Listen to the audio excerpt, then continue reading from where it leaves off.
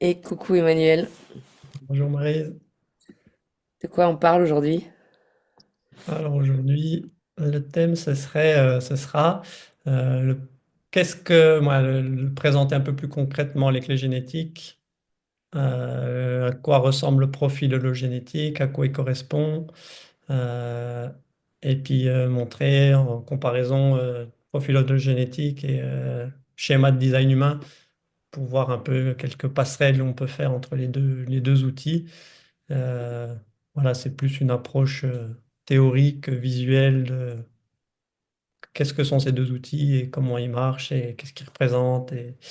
Une Et découverte un voilà, peu de ce qu'on peut faire avec quoi. voilà, Et de un peu plus comment concrètement, ça s'illustre quoi. c'est ça. Ok. T'as une image à nous montrer? Donc oui, on va travailler sur le schéma de Robin Williams. Chouette. Donc voilà, donc justement, bon bah là on a donc Le schéma le corporel. schéma corporel du design humain, que les gens connaissent peut-être un peu plus, et ici le profil hologenétique des clés génétiques. Donc, tu avais une compréhension de hologénétique, donc je te laisse. Ouais, je pense que c'est bien. Alors c'est intéressant parce que le profil hologénétique, on le voit dans le mandala. Et faut pas oublier que le schéma corporel, quand on le regarde dans le mandala, c'est très différent aussi. Euh, alors la vraie question déjà, ouais, c'est pourquoi on l'appelle profil hologénétique. Le mot holo qui vient du grec, hein, qui signifie quelque chose qui est à la fois une partie et qui est à la fois le tout. On va trouver aussi la définition des fois du holo qui égale le tout, justement. Et, euh, et je trouve intéressant parce que c'est comme si en effet on est une partie de l'univers, mais on est l'univers aussi en entier. Et en tout cas, ce mandala, pour moi, il montre justement, que ce soit dans le prophylogénétique ou quand on regarde le schéma corporel de design humain à l'intérieur du mandala, il montre justement notre interaction avec l'univers et comment on est certes dans une forme de bulle en fait, hein, mais en même temps cette bulle elle est interconnectée à quelque chose de plus grand. Je sais pas si tu as quelque chose à rajouter justement sur ce Là, mot effectivement, holo. c'est notre place dans l'univers. C'est vrai que moi, quand je présente et que je fais des lectures de schémas, j'aime bien illustrer le fait que ce cercle-là, représenté par les hexagrammes, représente en fait le corps, la surface du corps. Ici, il y a le monde extérieur et ici, il y a le monde intérieur. On a nos quatre sphères de la séquence d'activation qui correspondent à à nos quatre activations de la croix d'incarnation qui sont la surface, ce qu'on voit de l'extérieur, ce que le monde extérieur perçoit de nous, qu'est-ce qui fait l'interface entre le monde extérieur et le monde intérieur. Et puis ici, ben, on a notre monde plus intérieur qui demande à être découvert, mais du coup, c'est plus un travail personnel ici parce que l'extérieur, les autres vont nous aider à comprendre notre monde extérieur, mais ce monde intérieur, il va être plus facile à appréhender par soi-même. Mm. Donc les couleurs là, il y a du vert, du bleu, du rouge qui montrent justement ces fameuses trois séquences, c'est ça? Ouais, c'est ça. Donc ici, tu as donc séquence d'activation qui correspond, donc, comme je dis, Vert. à la croix d'incarnation. Donc, ce sera ces quatre sphères ici en vert. Et donc cette sphère, elle est extérieure, enfin elle est même, elle fait c'est comme une membrane, j'ai l'impression en fait entre l'extérieur et l'intérieur. Ouais, voilà, moi je la vois vraiment, bah, tu Sur, vois, en contact, qui fait la transition entre l'extérieur et l'intérieur, qui est au contact de l'intérieur et de l'extérieur et qui fait le lien. Et ça veut dire que cette première séquence, c'est celle qui nous permet d'aller faire notre transformation intérieure après? Oui, bah, c'est pour ça qu'elle s'appelle séquence d'activation. En fait, elle nous rend réceptifs à cette transmission des clés génétiques qui ont une action concrète et directe sur l'ADN, sur notre génétique. Et donc, cette activation génétique, cette séquence nous permet de rentrer dans le jeu, quoi, d'apprendre à faire fonctionner ces switches génétiques qui font qu'on change un état, un gène ben voilà, que ça permet de faire ces switches génétiques et c'est à partir de cette séquence d'activation qu'on apprend à notre corps à faire ce travail intérieur. et qu'on va déclencher les séquences de transformation. Alors, je rebondis parce qu'en fait, souvent dans le design humain, on lit sur la toile que la croix d'incarnation, c'est pas important. Euh, Moi, je suis pas du tout d'accord avec ça. Je trouve que la croix d'incarnation, elle donne du sens et la croix d'incarnation, elle est en lien avec cette première séquence d'activation, si je comprends bien.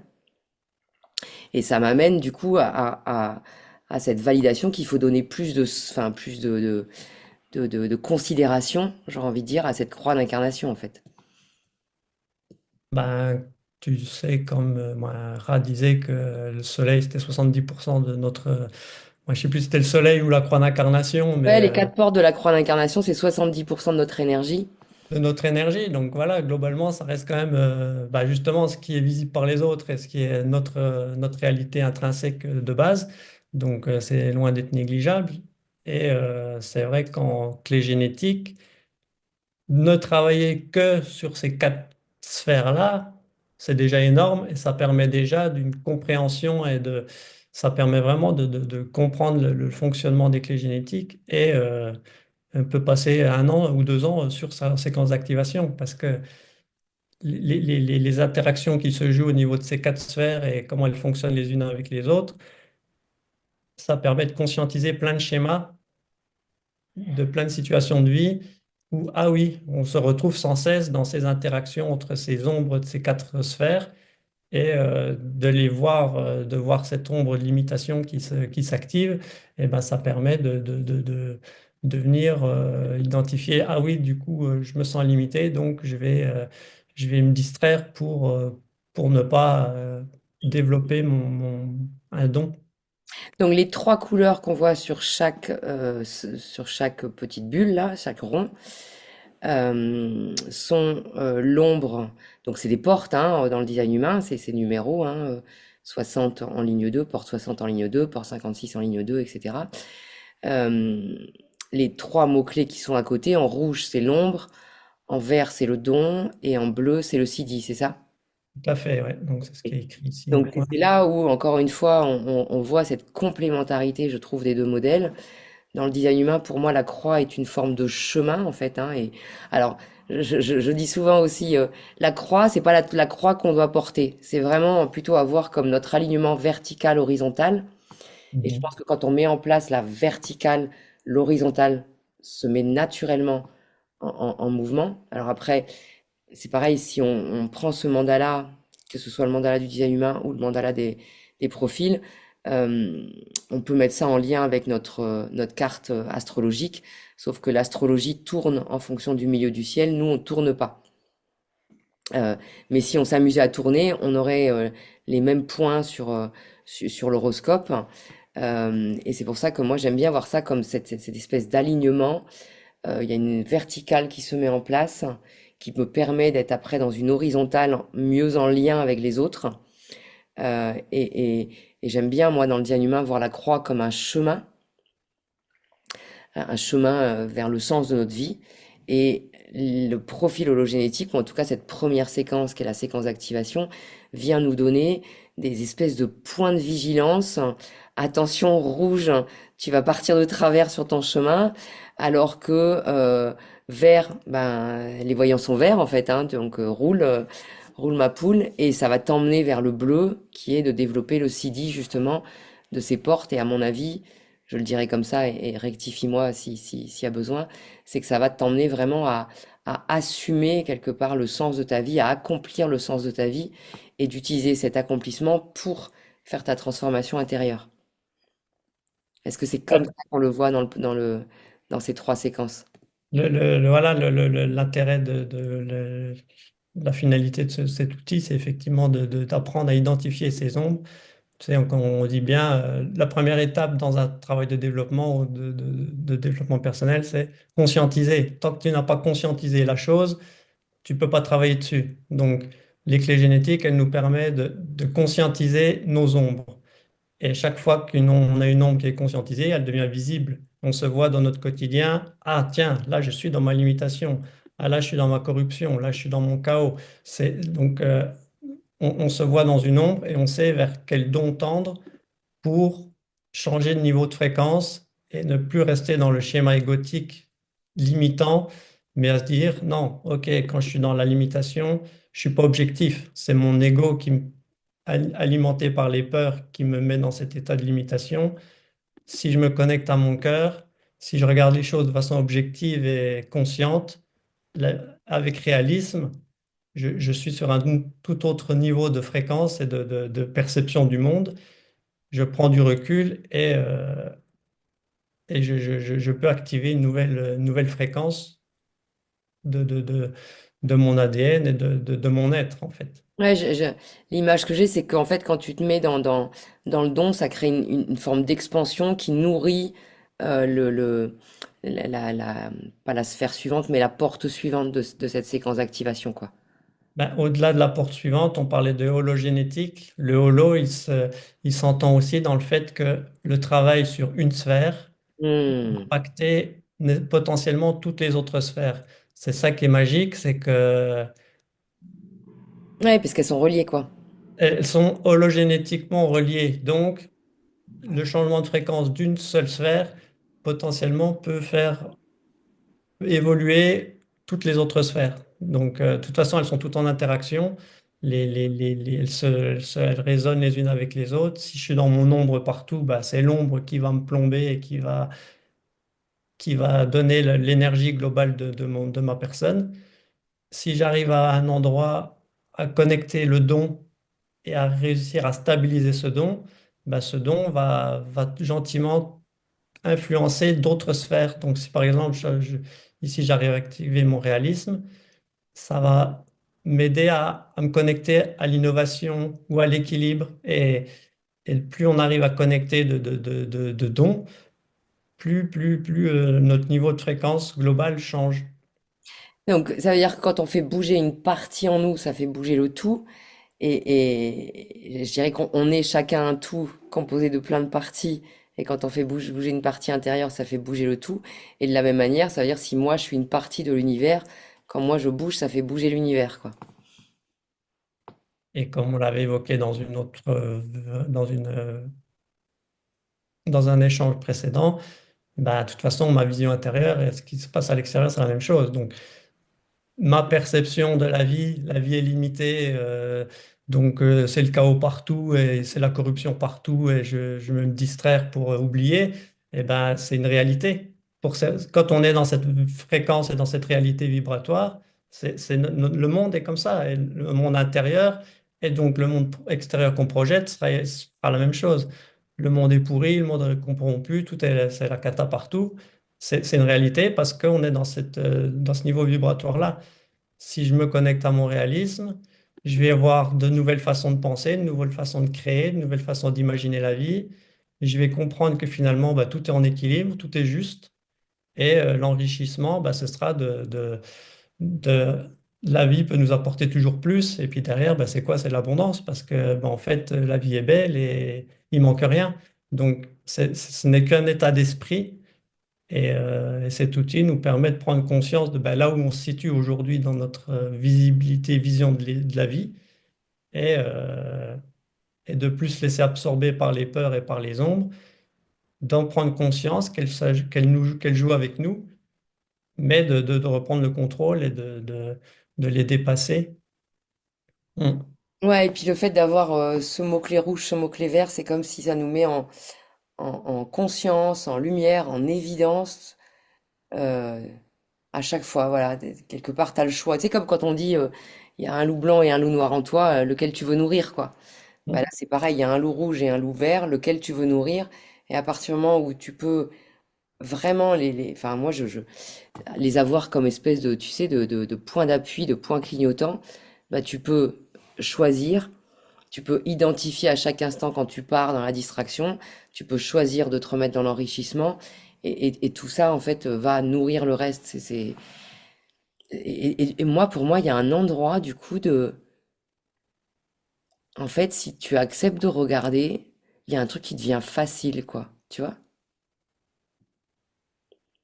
Bah, c'est facile dans le sens où ça donne un point d'ancrage d'une réalité objective. Il y a la réalité illusoire de ce que tu as l'impression de percevoir de la vie.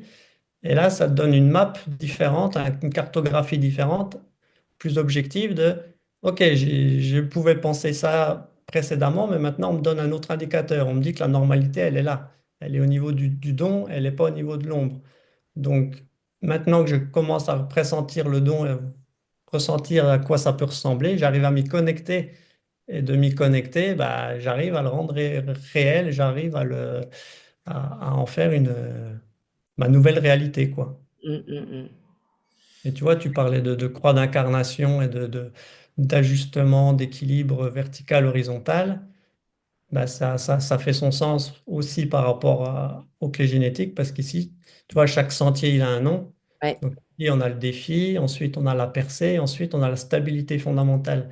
Donc, stabilité, eh ben, effectivement, quand on arrive à connecter ce don ici d'équilibre, eh ben, on a cette stabilité qui commence à s'établir, à se poser, et on peut se poser sur nos deux pieds et on se laisse moins embarquer et influencer par la vie, par l'illusion de ce qui se passe à l'extérieur. On se reconnecte à l'intérieur et on se reconnecte à notre stabilité intérieure. Et c'est l'intérieur qui devient notre référentiel. Tu vois, on se laisse plus balloter par le vent, par les vagues, par la météo, par les informations. C'est non. Comment moi je me sens dedans? Est-ce que je suis stable ou est-ce que je me sens ballotté et je me sens soumis aux éléments? Mm.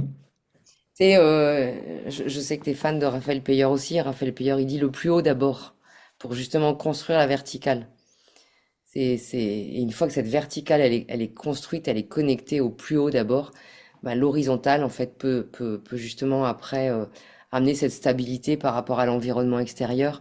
Parce qu'il y a toujours, en fait, une espèce de constante intérieure. Et on le voit bien ça. Et cette constante, bah, c'est premier défi, quoi. Premier mot-clé, le défi. En fait, le défi de construire cette verticale, cette constante, cette connexion au plus haut d'abord, en fait. Puis tu vois, ouais, ouais, c'est ça. Moi, je pourrais faire un parallèle entre cette verticalité qu'on a ici sur les centres du milieu, Ouais. qui, ben voilà, pour moi, ça pose aussi notre centre, il est là. Il y a cette verticalité qui se pose. Ici, on peut se laisser balloter par nos peurs. Ici, on peut se laisser balloter par notre monde émotionnel. Moi, j'aime bien le voir un peu comme justement, un peu comme une balance, le schéma corporel. Ouais, ouais, ouais. Il y a un point d'équilibre central. Il y a les peurs là qui jouent avec moi. Il y a les émotions qui jouent avec moi et je suis comme ça là. Mais moi, ma verticalité, ma posture, ma droiture, elle est ben, quand je suis droit là, quand j'arrive à rester aligné et connecté à ce qui se passe à l'intérieur. C'est ce que je disais hier à l'équipe que j'accompagnais, c'est regarder le schéma corporel. Allez pas chercher des infos, juste regarder toutes les infos qu'on voit.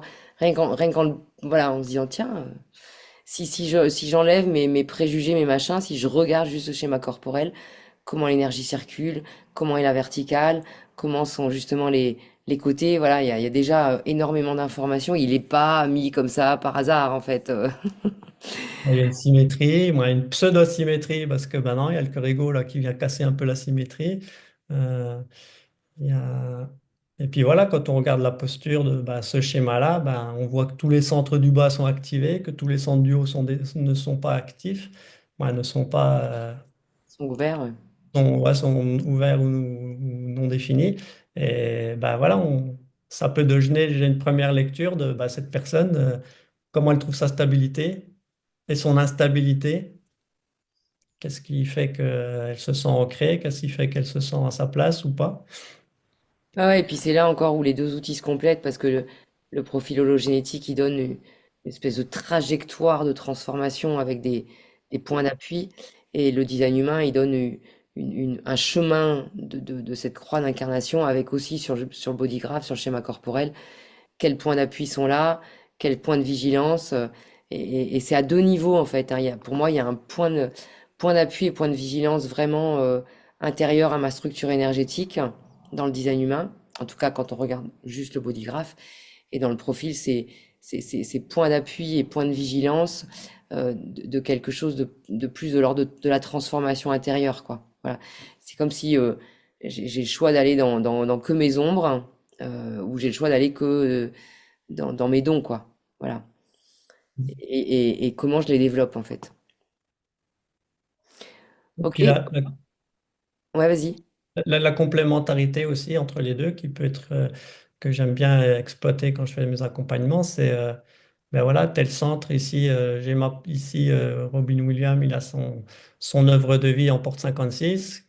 Donc la porte 56 qui est Ah, dans la gorge, elle est dans un centre non défini. Donc potentiellement, ben,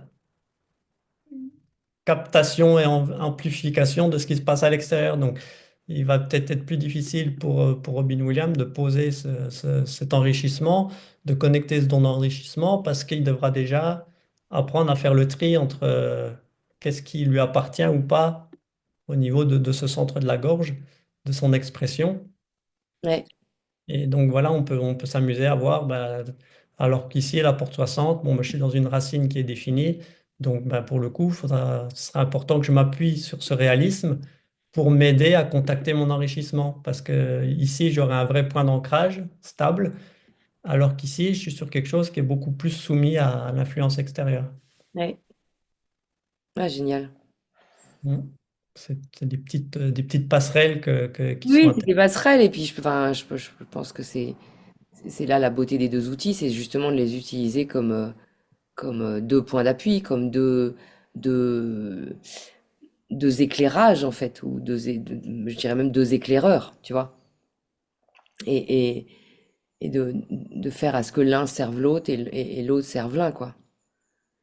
Et c'est quoi la deuxième séquence alors? Après la séquence, donc la première, la séquence d'activation. Ouais, donc en vert. Ensuite, on arrive à la séquence Vénus. Donc la séquence en rouge, c'est le monde relationnel Ok. et c'est l'ouverture du cœur. Donc plus on va remonter ici, plus on va aller vers une expansion du cœur. En fait, il faut le voir à l'envers. C'est ici, on a notre blessure noyau. Donc ce qu'on cherche à fuir à tout prix et qu'on ne veut absolument pas revivre. Donc notre ego s'est construit autour de cette blessure-là. Et Hmm. il cherche à nous protéger de revivre cette souffrance initiale qui est en gros comme la mort, quoi. Si je touche à ce noyau, je vais mourir. Hmm. Donc sur ce noyau, on a construit des couches de protection. Et le but de la séquence Vénus, ce sera de repartir de l'extérieur, donc de l'extérieur du noyau, de l'oignon. Ouais, Et, et à chaque fois qu'on avance sur une sphère, eh ben on se rapproche de cette blessure noyau, donc le point vraiment sensible et fragile à l'intérieur de nous. Et, euh, et ce n'est qu'en recontactant le noyau qu'on peut vraiment guérir, parce que tant que le noyau il se protège, tant que la blessure centrale elle est présente en nous, ben, toutes les structures de défense sont actives, quoi. mais là on revient rencontrer le noyau en ayant enlevé ces structures de défense et en ayant conscience justement de c'est quoi notre noyau blessure, quoi. C'est ça. Blessure, et en même temps j'imagine que quand on recontacte ce noyau euh, avec une blessure cicatrisée, bah en fait c'est là où moi j'ai l'impression qu'il y a un truc qui s'illumine, quoi, tu vois.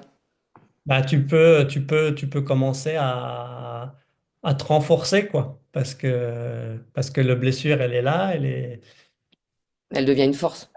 tu l'atteins, mais tu peux commencer à la soigner, à la guérir, quoi, à la penser vraiment.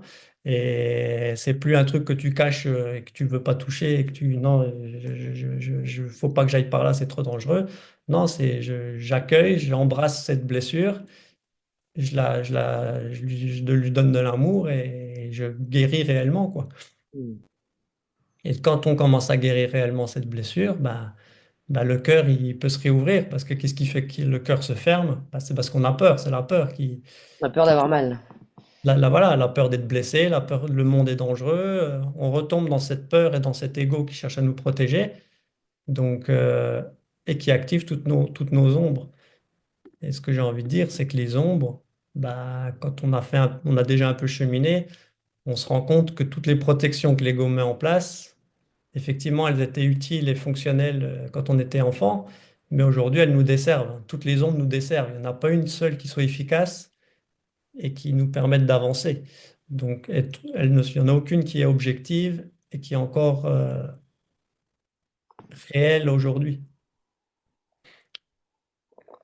Et après, la troisième séquence, alors, une fois, parce que du Ensuite, coup, on a celle-là, la un, séquence, elle joue aussi du coup sur nos relations, bien entendu, puisque les relations, ça permet de venir gratter la blessure.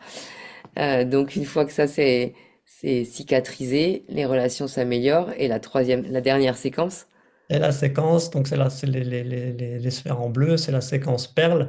Donc ici, bah, c'est justement, je me suis j'ai remonté réapproprié mon mon arbre. être, j'ai réouvert mon cœur, donc je peux me remettre en contact avec les autres et je peux retrouver ma place dans le monde. Et ici, bah, en fait, c'est le service avec un S majuscule. La- on, on- on va dire que c'est l'accès à l'abondance dans le sens où je me mets au service, je retrouve ma place dans le monde et je sers. Et en servant, bah, naturellement, la vie va pas me récompenser, mais si, la vie va me nourrir et va me donner les ressources pour faire ma mission. Et ça, c'est intéressant parce que ça ramène à ce qu'on s'est dit avant de hors antenne sur individualité, collectivité, ce truc pour rentrer en collectif, c'est fondamental d'avoir, en tout cas, ça marchera mieux si on a justement construit enfin, fait cette transformation intérieure, construit cette solidité intérieure, on pourra vraiment se mettre au service du collectif et, euh, et j'aurais envie de dire que toutes les individualités peuvent danser ensemble correctement. Parce que sans ça, ça veut dire qu'on vient chercher dans le collectif une béquille. Enfin, moi, je le vois comme ça. L'autre devient une espèce de béquille parce qu'il y a un truc qui marche pas chez moi ou qui est blessé. Donc, je vais chercher ma béquille chez l'autre, mais du coup, ça fait des relations qui sont bancales, ça fait des collectifs qui marchent pas, ça fait des collectifs dans lesquels on vient chercher une forme de sécurité, de compensation, de béquille, alors que ça marche pas. Et qu'il faut d'abord passer par la construction de cette individualité, et sans regard négatif, au contraire, de cette singularité qu'on porte chacun pour pouvoir l'amener au collectif, en fait. Bah, tout à fait, ouais, c'est un peu, bah, c'est le concept du non-soi, hein. Le non-soi qui, la personne qui ne s'est pas trouvée, la personne qui se cherche, la personne qui se positionne par rapport à l'extérieur, qui recherche des, comme tu dis, des compensations, des béquilles, eh ben, elle va chercher à nourrir et à corriger ses absences ou perçues comme telles des centres non définis, qui va tomber dans le piège des centres non définis et du non-soi qui s'y rattachent et, et qui va créer, qui va entraîner qu'elle ne va exploiter que les ombres. Ouais. Voilà, si je contrôle, si je suis dans l'addiction, là, c'est pas l'addiction alimentaire, c'est l'addiction mentale, l'addiction cérébrale, ouais, au mental. Si je sais pas poser mes limites, euh, Je vais m'épuiser. toutes ces choses-là font que je vais me déséquilibrer parce que je vais chercher la réassurance au mauvais endroit. Hmm. Le jour où je sais que c'est important que je sache dire non, que je sache me positionner, ça me convient pas, eh ben, je vais plus tomber dans l'épuisement. Je vais savoir ce que je veux, ce que je veux pas. Je vais savoir prendre soin de mon énergie et je vais arrêter de m'épuiser puis de faire un burn-out parce que je cherche à justifier ci ou ça. Et ça va me donner quoi? Ben, ça va me donner du dynamisme parce que mon énergie, je saurai la mettre au bon endroit et j'aurai plus d'énergie pour essayer plusieurs choses. Moi, voilà, on voit un peu comment toutes les sphères, elles interagissent les unes avec les autres et comment, en contactant un don, ben, on arrive à donner des ressources et de l'énergie pour développer les autres dons. Ouais. Et j'imagine que toi, ce que tu apportes quand tu lis le profil hologénétique comme ça à quelqu'un, quand lui amènes ça, c'est cette capacité justement à faire des liens déjà entre les deux modèles, mais aussi cette capacité à faire des liens entre les différentes portes pour mieux les faire communiquer. Tu vois, des fois, on se dit, ok, c'est quoi le lien entre tel mot-clé et tel mot-clé, tu vois? Hmm. Et c'est comment, en fait, j'ai envie de dire comment on peut raconter l'histoire intérieure euh, du non-soi ou des ombres, et comment, en prenant conscience de cette histoire intérieure, on prend conscience de notre histoire en fait de vie, Mhm. et comment on peut euh, raconter une nouvelle histoire, en tout cas écrire une nouvelle histoire avec ses dons et donner vie, donner forme à cette nouvelle histoire en fait.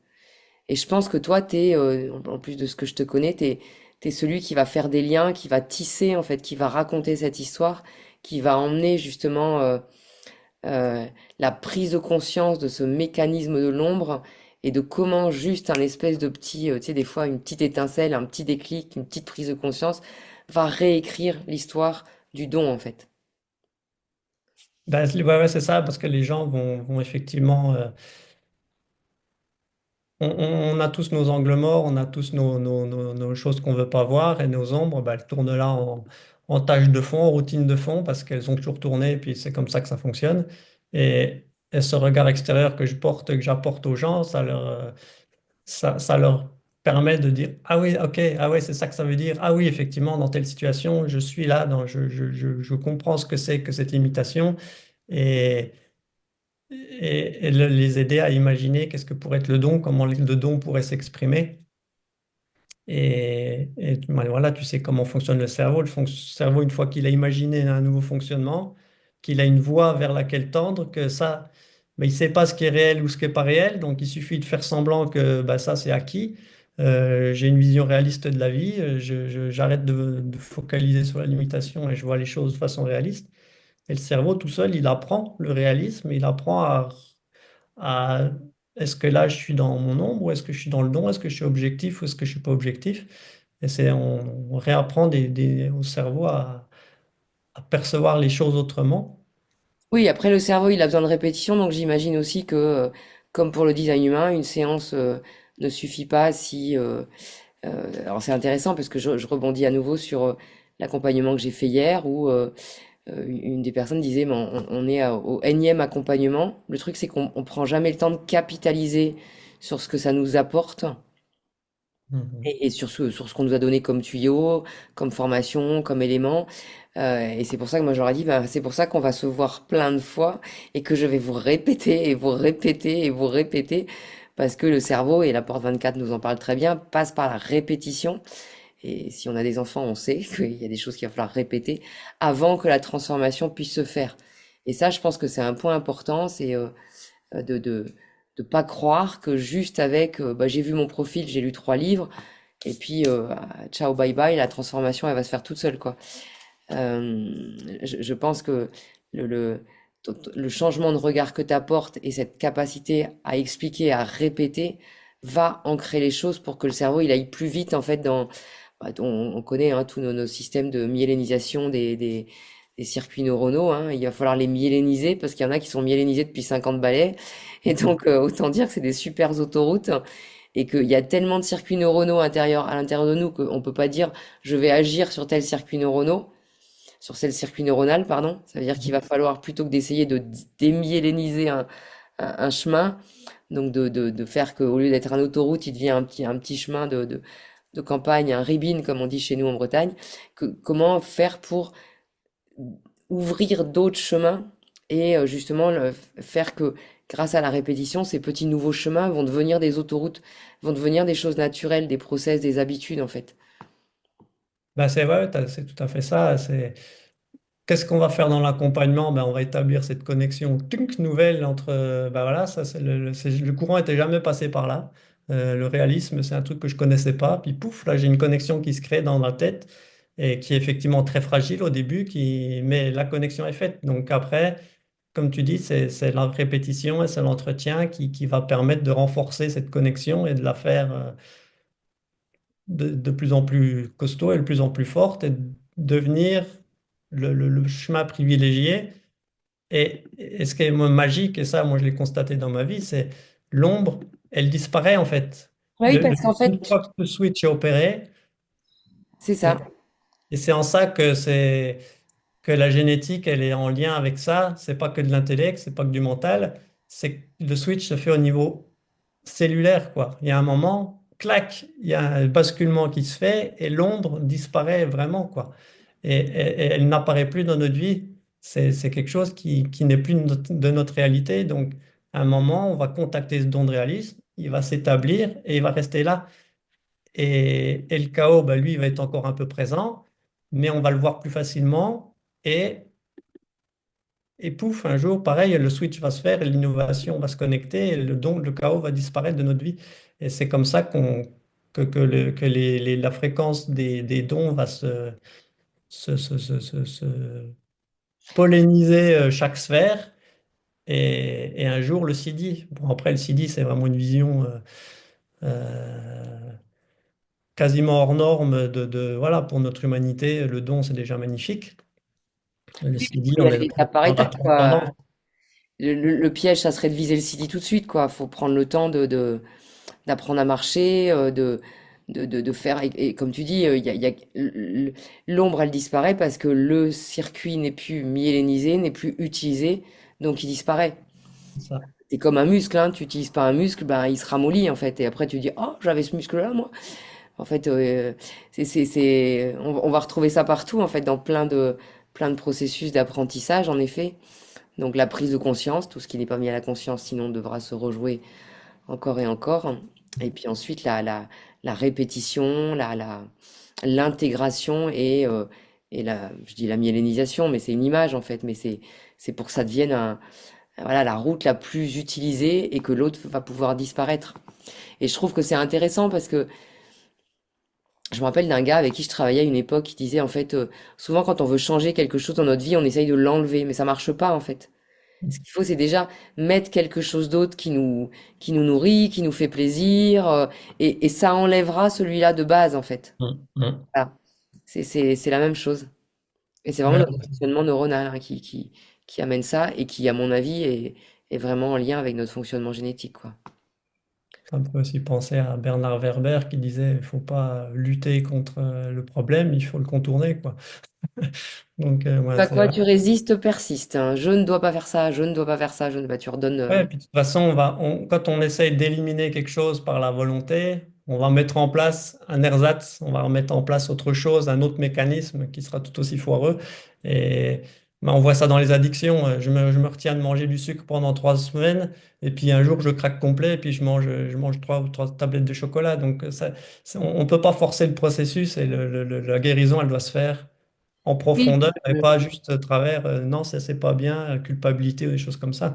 Ça marche pas. Oui, puis si tu enlèves un truc en disant je dois pas en manger, de toute façon, il y a une forme de résistance, mais il faut aussi voir à quoi, qu'est-ce que ça me donnait en fait, pourquoi je mangeais du sucre, qu'est-ce que ça venait réparer, qu'est-ce que ça venait compenser. Euh, Mm. Tant que j'en ai pas pris conscience, je vais aller compenser dans autre chose en effet, hein. Donc, Donc c'est encore une c'est là fois, où il faut mettre à la conscience, sinon ça, ben, ça fait des cycles répétitifs. Et là-dessus, je trouve que le design nous amène énormément de matière pour comprendre justement tous nos mécanismes, les cycles répétitifs, etc. Tous les groupes de canaux, moi je trouve, sont hyper enseignants justement pour comprendre cette mécanique intérieure et se dire, bah non, si je prends pas conscience, c'est sûr, je répéterai et jusqu'à ce que ça me claque à la figure et que j'ai enfin la réponse. Donc, en effet, je crois que le changement, il peut pas se faire par effort, par volonté, par grande claque, par je dois pas. Ça marche pas comme ça en fait. Je crois qu'il y a beaucoup de gens qui ont essayé, hein. Je pense que c'est déjà la conscience et le plaisir. Si en plus on n'a pas plaisir à vouloir changer quelque chose, il y a une volonté, ouais, ouais, bah, puis il y a un élan intérieur, hein. c'est ça. Quand on met le nez dedans, quand on met le doigt dedans et qu'on voit qu'effectivement, ah bah oui, ça s'améliore, ça s'améliore, bah, c'est tentant de continuer Oui, à. ça fait la boule de neige qui s'enrichit. Donc, et souvent, c'est ben, la première petite boule qu'on va faire, c'est la plus compliquée de la faire bien ronde, mais une fois qu'on la roule, ça se fait tout seul, quoi. Donc, il y a cette première petite boule à faire. Ok, chouette. Je vais quand même revenir sur l'aspect répétition. Donc, par rapport aux accompagnements, ben voilà, il y a 3 séquences, donc il y a trois séances. Donc, c'est vrai que bah, de toute façon, ça s'écrit, ça se fait sur une temporalité, hein. L'accompagnement, c'est en général entre 2 et 6 mois parce qu'il faut du temps d'intégration. il y a des gens sur la séquence Vénus, ils vont avoir besoin de 3 mois d'intégration parce que bah, ça touche l'émotionnel et ça met en place, ouais, ça remet en cause plein de choses. Ils voient plein de choses dans leurs relations au quotidien. Et bah, les gens, avant de pouvoir dire bah, je suis serein maintenant pour attaquer la perle, non, ils sentent la sagesse du corps qui dit non, j'ai encore du boulot là, et laisse-moi le temps de processer. Ouais, il y a le cellulaire, faut que le cellulaire il est bougé en fait, faut que c'est dans l'infiniment petit qu'il faut que ça bouge. Voilà, Donc, c'est ça. Il faut que l'info, elle se transmet, elle se diffuse et qu'elle s'intègre et que les choses se posent. Et c'est seulement après qu'on se sent. Ouais, on peut faire ça en 3 semaines, mais ça sert à rien, quoi. C'est vraiment quelque chose qui se déroule sur la durée. ouais, c'est comme vouloir faire du CP à la terminale en une année quoi. Oui, voilà. Non, non, puis voilà, il y a ce côté puis comme tu l'as dit tout à l'heure, c'est des schémas qu'on a intégrés depuis 30, 40, 50 ans. Bah, c'est pas d'un claquement de doigts que ces choses vont se déconstruire et qu'on va repartir sur d'autres fonctionnements. Il faut même que le cerveau y comprenne, qu'il intègre, que le corps comprenne, intègre et que tout ça, ça se fasse. Il faut se laisser le temps. Il faut aussi beaucoup d'amour et de compassion pour Donner le temps au temps, être ouais. dans de bonnes conditions, quoi, hein. Et puis l'autre chose par rapport à la répétition, c'est ben, les clés génétiques, c'est quoi? C'est un texte qu'on va lire et relire et relire. Et à chaque lecture, ben, on va avoir une lecture différente en fait. Une clé, on va la lire 5 fois, ben, 5 fois, on va avoir une lecture différente parce qu'on va voir justement qu'on évolue. Sur Ouais, la première lecture, on va tilter sur tel paragraphe. Et puis la deuxième lecture, on va dire, mais c'est ça, c'est acquis, ça me parle plus. Par contre, le deuxième paragraphe, ah ouais, par contre, ça, donc c'est comme ça, il y a les couches de l'oignon de chaque sphère, mais dans chaque sphère, il y a encore aussi une multitude de couches, quoi. Et à chaque fois qu'on va relire, contempler chaque clé, ben, on va aussi approfondir comment, les niveaux de subtilité de chaque ombre. Parce que l'ombre, elle est maligne, l'ego, il est malin. Et quand on l'a identifié sur une expression, ben, il va en chercher une autre. Il va jouer avec nous comme ça pour dire, bon, bah, le chaos, bon, bah, là, je le jouais dans tel domaine, maintenant je vais le jouer de telle autre manière, plus subtile. Et comme ça, ben, à chaque relecture, on va rentrer dans la subtilité jusqu'à ce qu'on ait complètement dépoussiéré toute l'ombre et mm. toutes ces expressions et où vraiment ben, le don n'a plus que... bon, il n'y a plus de place pour le chaos puisque on l'a identifié sous toutes ses facettes, quoi.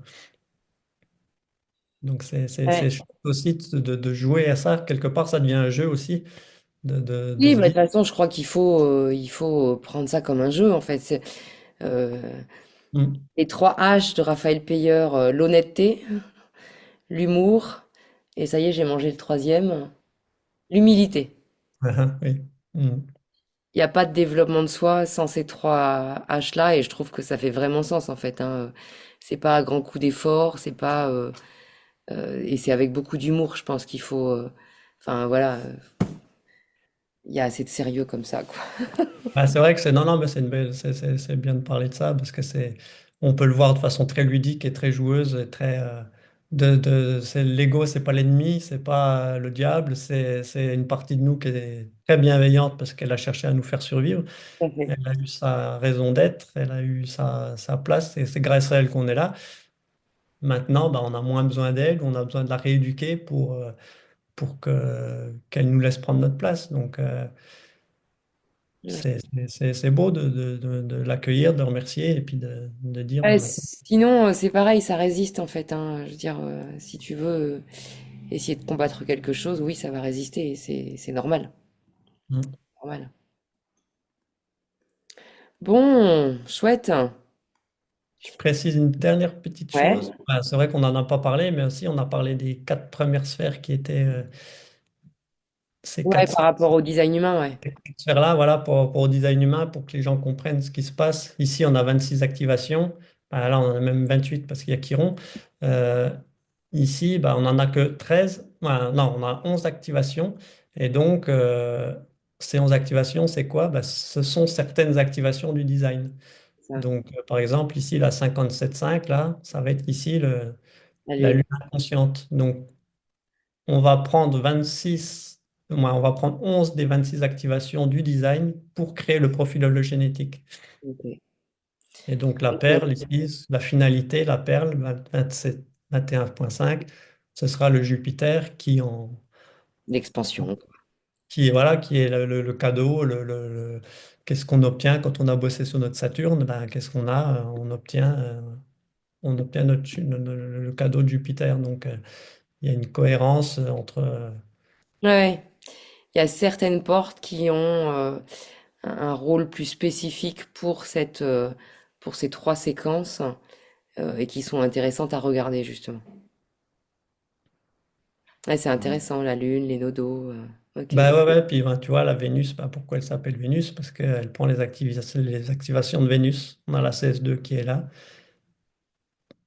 Et puis après, on voit bien entendu toutes les planètes transpersonnelles, hein, Saturne, Jupiter, Uranus, Mm. Pluton. Ben, ouais, pour le coup, ce sera plus les planètes personnelles, justement, dans le profil Dans le hologénétique. profil hologénétique, mais dans le profil Perle, a priori, c'est parce que c'est celles qui sont en jaune qui servent au profil Non, non, hologénétique. non. En jaune, Ah, ok. c'est dans Neutrino. En jaune, c'est celles qui sont en double ou triple activation. Ok, Voilà, ok. 37, elle est activée deux fois, ben, elle est en jaune. Ça, c'est D'accord, d'accord, d'accord. Ah oui, en effectivement pas effet. le même codage. Activé en jaune. Euh, donc voilà, c'est Jupiter. Il y a eu Mars, Jupiter, Vénus, la Lune. Et Après, puis, c'est des planètes qui voilà. sont super intéressantes quand on les regarde par rapport à ce qu'on appelle le carré magique dans le design humain. C'est Mhm. aussi justement des planètes super intéressantes. Mars, c'est une planète fondamentale dans le carré magique.